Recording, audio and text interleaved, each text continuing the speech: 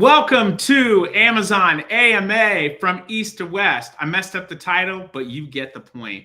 I'm not a rapper, but I'm not a rapper. I was going to come up with another line, but I couldn't do it.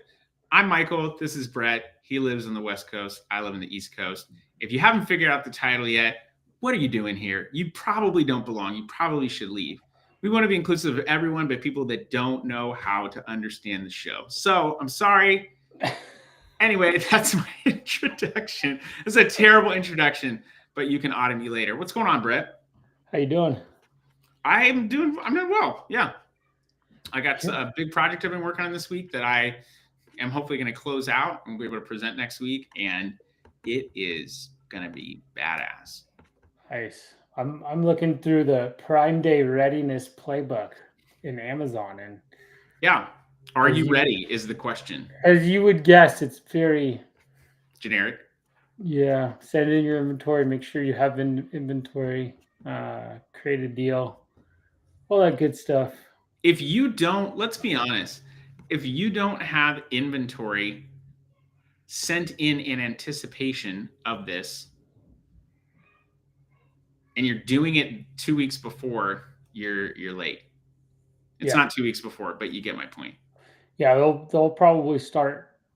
I don't know the exact time frames, but they'll probably start delaying the whole receiving process for inventory that's coming in probably pretty soon.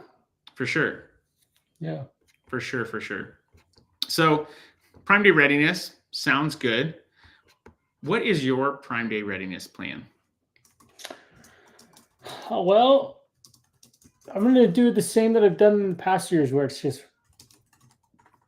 rely on high ROI. So, maybe it might not blow it out of the water, but, if we increase our sales year over year and for past years, and there's just a trajectory of growing up, but we also increase our rate of return and our ROAS. I mean, I think that's going to be big. The small handful of clients that I deal with have liked that in the past, and usually success rides off of what we've been doing all throughout the year rather than just on one day. Yeah, I think that's wise. You can build some velocity on this day, but if that's your only day that you're focused on and that's the main thing, you're gonna miss a lot of stuff in between. I mean, I don't think that's all people are focusing on, but if your success rides on this one day, then you might be doing Amazon wrong. Yeah, I've had clients in the past where they're just like, you need to be on it like all the whole day, and I'm just like, oh, okay. It's like, okay, well, keep up in the budget, keep up in the bids, keep doing this, and it's like, well, you're going to keep up in bids for key terms that your conversion's been in the single digits, and you're just going to waste a lot of money. So, set forth the plan before you go in, and check in on it. We're going to have a new baby by then, so we got to set it in and make sure it's all dialed in. Congratulations, by the way. Surprise baby. Yeah. Just all of a sudden just happened. No, I mean, surprises and you don't know if it's a boy or a girl. Oh, that's correct. Yes. I know you know how babies are made. At least I think. We haven't discussed it in detail. We'll talk about it after. I've got 3, so I'm still trying to figure it out. Okay, well, you might have a ways to go. You're still trying to figure out. I was going to ask if it was 3 or 4. I don't know why I always feel like you've had 4, but now you're about to. So no, will be the 4th. Do you have? I'm not asking you to say it, but do you have the names picked out for? We do. Okay, we do. Yeah. Cool. You're prepared. We had a boy name when my daughter was born. We didn't know if she was a boy or girl. She came out, she was a girl. We were still kind of like, oh, well, these are 2 that we like. Here, which ones do we want? So it was kind of, it wasn't rushed, but we were still slightly undecided. I have a friend though who recently had a kid, and he's like, yeah, it was like 2 or 3 days. So like, all right, well, I can still call him baby boy for a while. Like, it's fine. Like, I'm not. It might have even been a week, but I don't want to exaggerate that. So yeah. I think on Prime Day, I've done the like hands on keyboard is the corporate term for that. meaning you are the person doing the work, for anybody out there who doesn't speak corporate jargon. I can speak Japanese, a little Spanish, English, now a little Romanian after doing my Duolingo that my daughter started doing. Nice. I'm doing it too. And businessese. I speak business-nanian, whatever. Business, I speak business jargon. Oh, yeah. Let's make sure we're aligned on this so we can hit strategic initiatives and reach our objective. There you go. Ooh. You want to know what I said? Wow, I don't know. What does that mean? Align on our strategic initiatives so that we can reach our objective. Let's make sure we're on the same page so we can hit our goal. Wow. Yeah. And it would be easier to probably say that, but it sounds better in the business world to do that. I don't know. Let's strategically move into a conversation where we discuss the setup and preparation for the marketplace experience known as Prime Day. If you are hands on keyboard on that day, you certainly can adjust bids, and it's probably better to do it dynamically. Like, I don't know. I think if you're wanting to adjust bids on that day, if you're having to do all that stuff manually, depending upon the size of your catalog, like that's going to be a lot of work. And if you're an advertiser that's managing any more than 2 accounts, that's a lot of work to be thinking about. In my mind, and it certainly is, this is not the gospel in this, but you should be increasing bids, kind of understanding where you need to be leading up to it. And at that point, yeah, if you got good conversion or you still want to rank in this thing, I think it's just about making sure you stay in budget. That to me feels like it's more probable, or more probable of a reason to be hands-on keyboard. But there's softwares that can help, set that for you as well, too. Yep. So 100%. Okay, so are we ready for Prime Day? I feel like we are. Yeah, I'm ready. You ready? I'm ready, man. Ready to blow it out of the water and to rely only on that day for success. Oh, wait, I'm sorry. We said the opposite. I'm ready to crush it for our clients. And I think it's gonna be interesting. I'm watching a Carvana truck go down my street right now. No car in it though, so someone must be selling. People are dealing with the threat of tariffs. I mean, I know there's an increase right now, but not quite as high as it was. Of course, that could change. I'm feeling like people, that means they have compressed margins. I feel like people are going to be even more sensitive to a compressed margin on Prime Day because of that. Like, to your point, you're going to be more efficient, more profitable.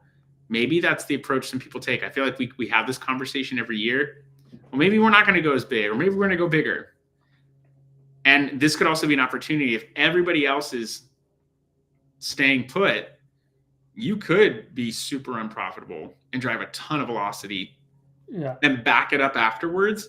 And that could be your go-to strategy. Yeah. What are your thoughts on that? Who do you think should do something like that? And you can say nobody. You have permission to say nobody. Well, I think it just all depends on your budget and your kind of know-how going into it. I think more people are going to start doing that, just based off of. People are gonna pull back and be less aggressive. Okay. I think so. I can't say 100% yes. But just based off of tariffs and uncertainties and price increases and all that good stuff, I think there's always that, like, where can we save but also grow? I've got a couple clients that are thinking that way right now. It's like, where can we put our dollars and get a better ROI and still grow? And it's kind of like a math puzzle. It's like, all right, well, let's figure this out. And advertising is one section, the main one, because you can control the spend there. Yeah. And that goes into Prime Day as well. It's like the past couple of years I've done that where it's like, okay, what are the top terms that do extremely well for us, and let's lean into those and not worry so much on the other tier. Yeah, like just focus on your rank terms, or literally just what are the things that convert the most, and let's focus on that. Yeah, a little bit of both. Outside of branded though, are you outside of branded? Yeah, outside of branded. I mean, branded. See, that's the thing. It's like, when you get into these periods a couple of weeks before, people are like, "Oh, I'm going to see." Like, I was going to go buy that, but let me see if they're going to be on sale. And so they're going to search it when Prime Day comes around. I think once the dates start coming out, that's when they'll start doing their marketing push. And then, customers will kind of slow down spend a little bit until the event. And then you'll start to hear all the jargon, tent pole events and all that good stuff come out, which I still don't. Tentpole AMC. Which I still don't fully understand. So if you want to talk about that, maybe you can. What a tentpole event is? Yeah. Yeah, I was saying I need to run a report in AMC. We use IntentWise to run our reports, and you can run a tentpole event. So think about it like this. It's way more simple than it sounds. Prime Day is the pinnacle, right? That's the top of your tent, and you've got a lead up and a lead out. Tentpole. Going up to the top of the temple. See? It's everything I've done already. I told you. What'd you say? That's everything I've done already, where you just kind of look at your numbers and it's just a fancy jargon. It's just fancy jargon for, hey, what does your lead up to the day look like? Then what does the day look like? Then what does your lead out? And those reports in AMC can be cool because maybe it does tell you, hey, there was more activity in the beginning, or maybe there's more activity afterwards. And you can run a historical report as long they can pull back data minimally, I think 12 months now. I'm probably wrong on that, but I think in some betas they can pull back certain data up to 5 years. I think it's only organic data. I don't know about ad data, but they're allowing for you to pull more. And I think free right now, I'm sure it will cost more money in the long run. But you could look back at Prime Day last year and say, oh, well, yeah, we had good visibility going in, but we didn't sell very well. Oh, and maybe it was our promotion. And then track this year and then use that to plan for the next year. Like, that's what those reports are for. They're meant to help you to look at what happened and then plan ahead for the future. Yeah. Do you think Prime Day's becoming a little bit of a... Isn't it like Prime Week this year? Is it? I mean, it was like Turkey 12 last year around Black Friday, Cyber Monday. It was 12 days of promotions. Maybe it is. I don't know. Maybe I've got Prime Day fatigue. Yeah. PDF. I'm not good at acronyms. PDF. Yeah. I like the file, Yeah. That's actually what the file suffix stands for, is Prime Day fatigue. That's the real true meaning, right? Yeah, even though that's been around probably longer than that term. All right, let's talk about Vendor Central and Seller Central. All right. We can talk about the relationship with Amazon, but I think on the back end side, from a brand's perspective, I think it'd be interesting to know. And Darwin from Minnesota asked us this question: what is in our list of 12,000 questions? Darwin said, what? Darwin from Minnesota said, what are the main differences that a brand could expect to see, and maybe even access to features on Vendor Central versus Seller Central? And I think most people know this, the high level thing I'm about to say. Amazon on Vendor Central means you have a 1P relationship. You are a vendor. Amazon buys from you. They now own the goods. They sell them. They buy it at wholesale at your cost of goods to them. That's what you sell it to, and that's how you track. You can track retail revenue, what the list price is or what the sale price is, but you get paid based off what you tell them your cost of goods to them is, and then of course you've got your margin in between there. But they own the goods, just like a Target or a Walmart sells in store. They now own goods. They can do whatever they want with pricing. You're still required to promote it. You're still required to make your products look great, to get them on the shelf in some cases, the digital shelf here. So it's a traditional vendor relationship, and Amazon has cut off a lot of brands, I think, because it's not been profitable for them. That would just be my guess. I think that's what they probably always said. There could be a larger liability issue of like, well, we don't want to hold on to a bunch of brands because it might be perceived a certain way, and we've got heat from the FTC. I don't know. When you look at the Seller Central side, that's a 3P relationship because you are the third party in that relationship. Amazon is still getting the product to the people. Even if you're fulfilling it, Amazon is getting access to those people. The customer is that second party. Maybe Amazon's the second party. I don't know. But it's still Amazon and the customer.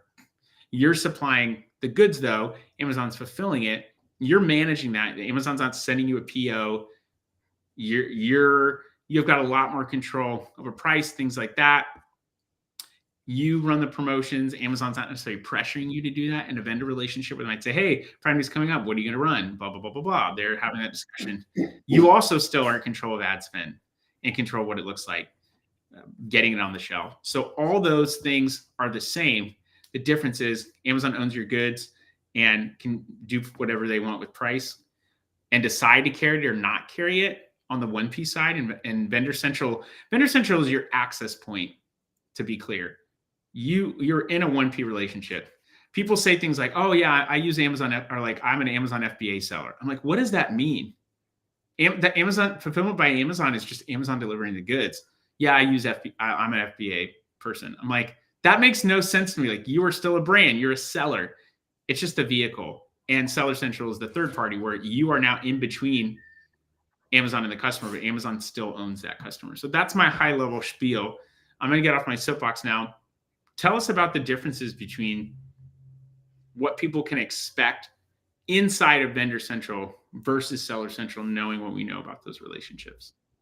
Well, first of all, why do you think people still say, oh, I'm an FBA? Because of all the stooges on YouTube that are selling people their FBA courses and FBA automation systems and FBA your mom. What? So by the way, back in the day, FBYM. FBYM. That's what I'm going to start doing. Fulfillment by your mom. Okay, sorry.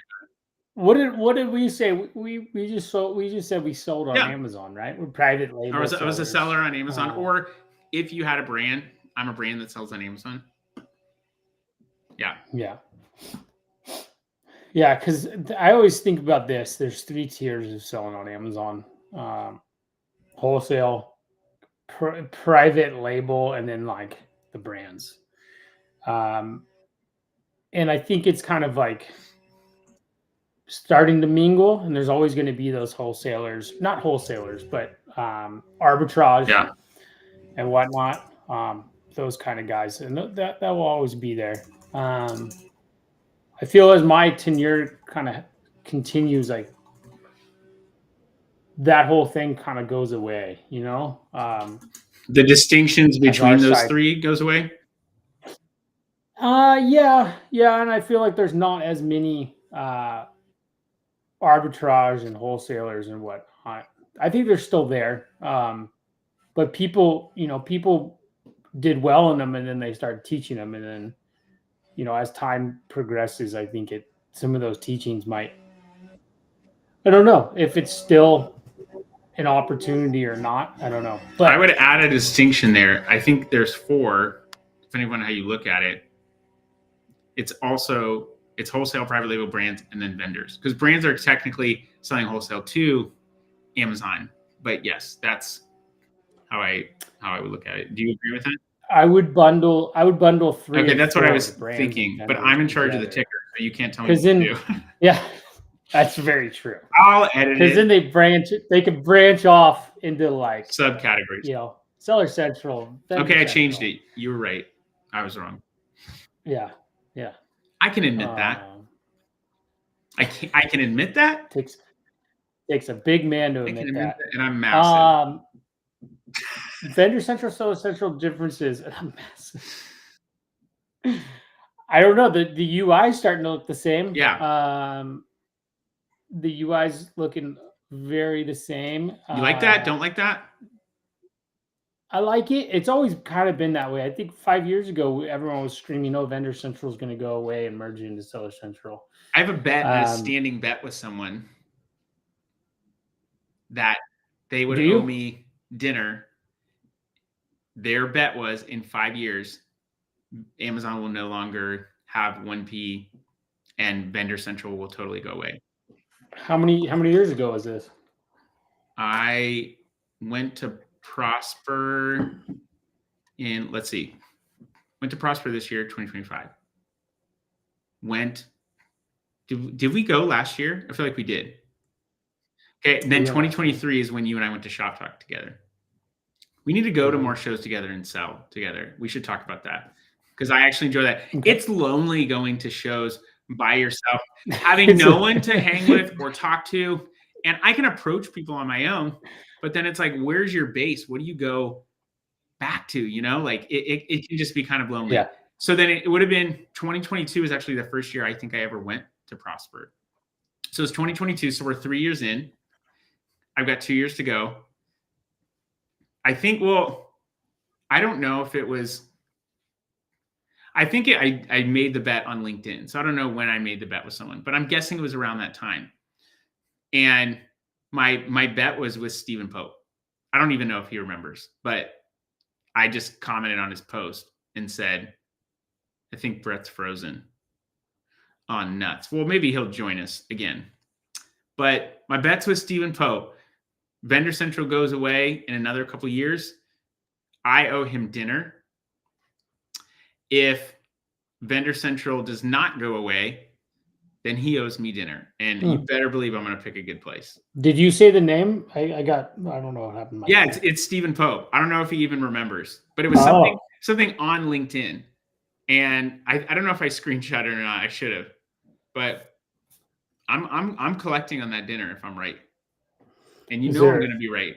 Is there guardrails on that dinner, like Sizzler or like Mastro's Steakhouse or what? None were put on, and I think maybe I was intentional about that because I knew I was going to win. So I really want to put guardrails on there. But if you're talking about me, dinner's getting pretty expensive right now, man. It's hard just for a family of 3. If we want to get a drink, get a meal each, even just a meal, maybe an appetizer between the two of us, and then my daughter to get something. It's very hard to walk out of a lot of places for with a good tip. I want to tip well, $150, $200. Like it's really easy to spend that. And you could go to Chipotle, not spend that much, but I want they're skimping on stuff, man. They are really skimping on stuff. Like, at least give me more rice. That's cheap. Yeah. But then I'm like, double meat. I'm like, this is not even single meat. I want double meat. Why are you not giving me what I'm asking for? You can ask for more. Just like, give me a little more rice. They'll give you a little more rice. But a lot of times we've stopped ordering because it's been bad. Most of the orders have been like a pickup or something. Yeah. And so I'm not watching them do it. Yeah, Chipotle's gone downhill since the pandemic. And they've missed ingredients, like they just won't put lettuce on or something. I don't know. It's crazy. Yeah. But even then, that bowl ends up being $25, $30. 2 people, $60. Like, that's a lot for this much rice. Heck yeah. I'll just live on protein bars, man. You don't tell me what to do. So the UIs are the same of Seller Central and Vendor Central, or very similar, which I think, well, I want to hear your opinion on that. What do you think about that? No, I like it. I like it for us people who are helping and servicing other brands that are like, hey, I have a Vendor Central too, because sometimes you go in there and you haven't touched Vendor Central in a couple years. Yep. And then you're like, oh, cool, here's Vendor Central again. Oh, gosh, this is horrible. So if you have the same UI, it's a little bit more nicer. It's much more pleasing to look at. VC was, oh man, it was awful in the terms and everything. The way that it's just weird. Yeah, I mean the flat files are actually better in Vendor Central. Okay. I think I pulled one, I don't know, not too long ago. When I say not too long ago, within 3 months or 6 months, I don't know. But they're more organized than Seller Central, so that's nice. Okay.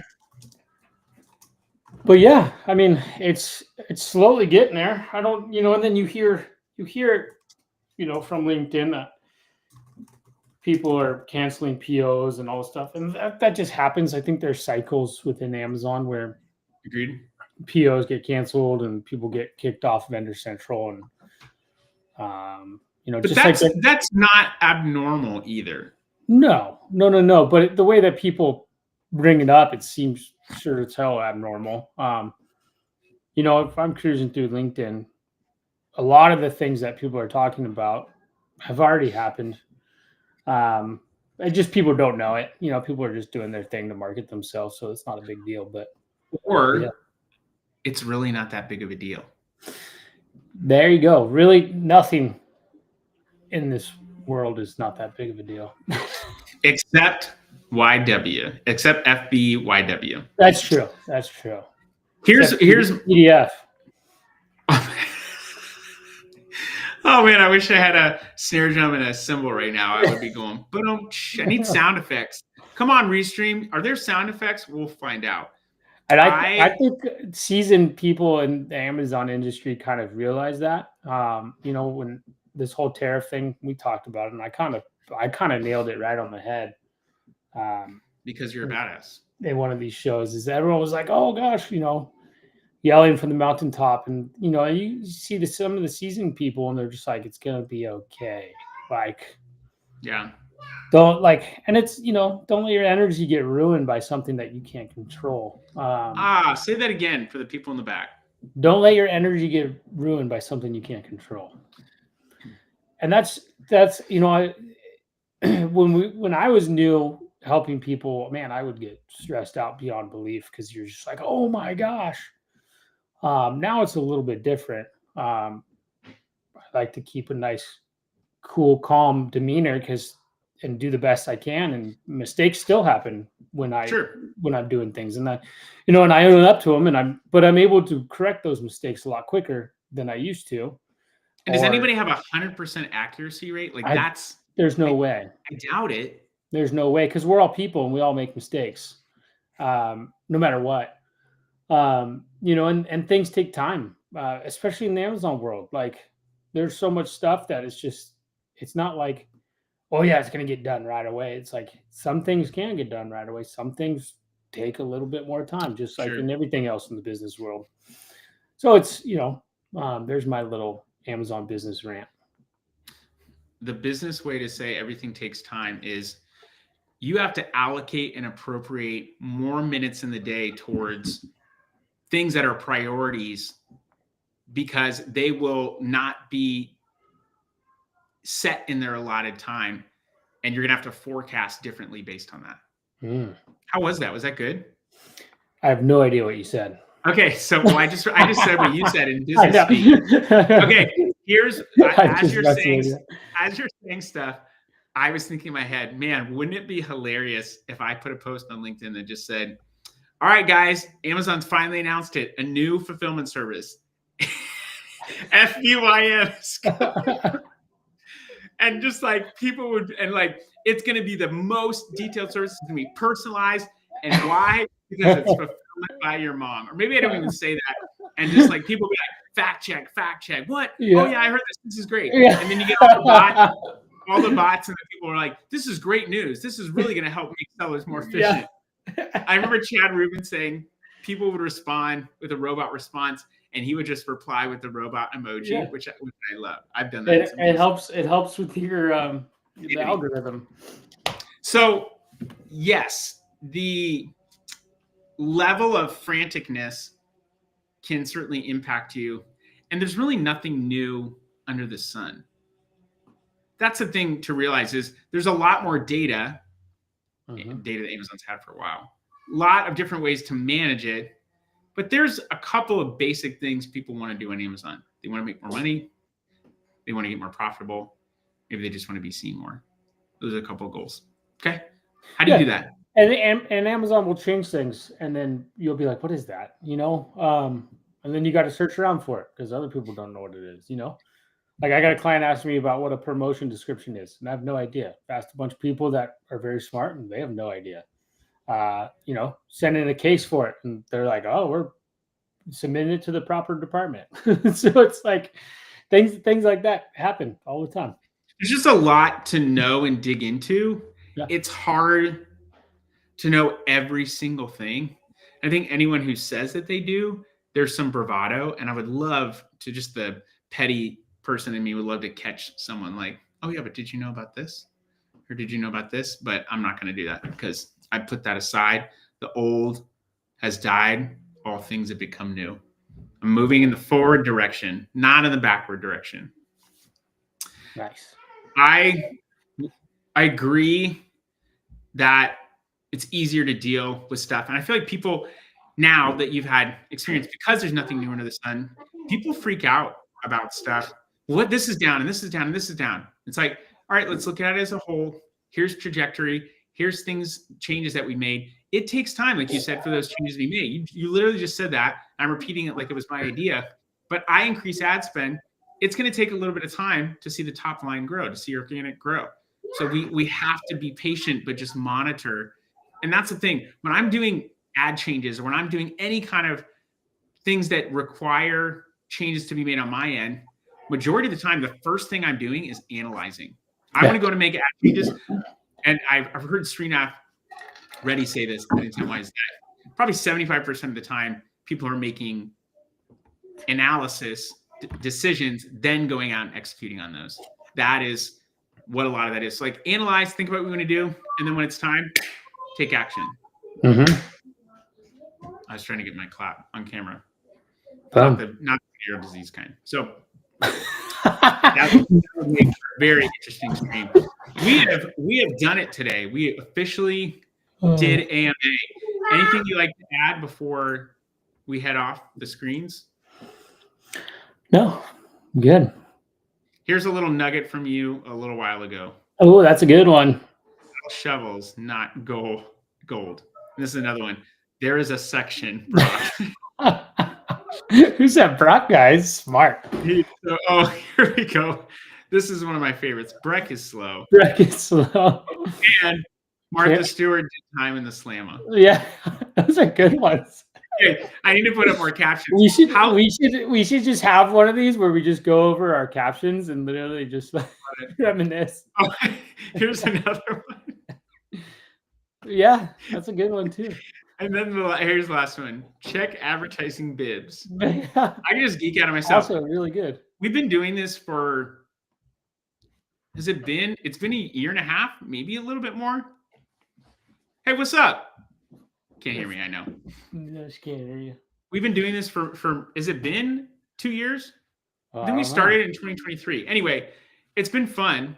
It's not ending, but keep doing it. Make it sound like it is. Yeah, it's been fun, and so let's keep it going, and we'll get more questions to all you peoples out there that we can answer. Send in your questions at www.sendinyourquestions.fbym@gmail.creedsthoughts.gov/creedthoughts. That's what it is. All right. Well, if you don't have anything else to say, we're out, people. We've enjoyed talking with you or talking at you. Yep.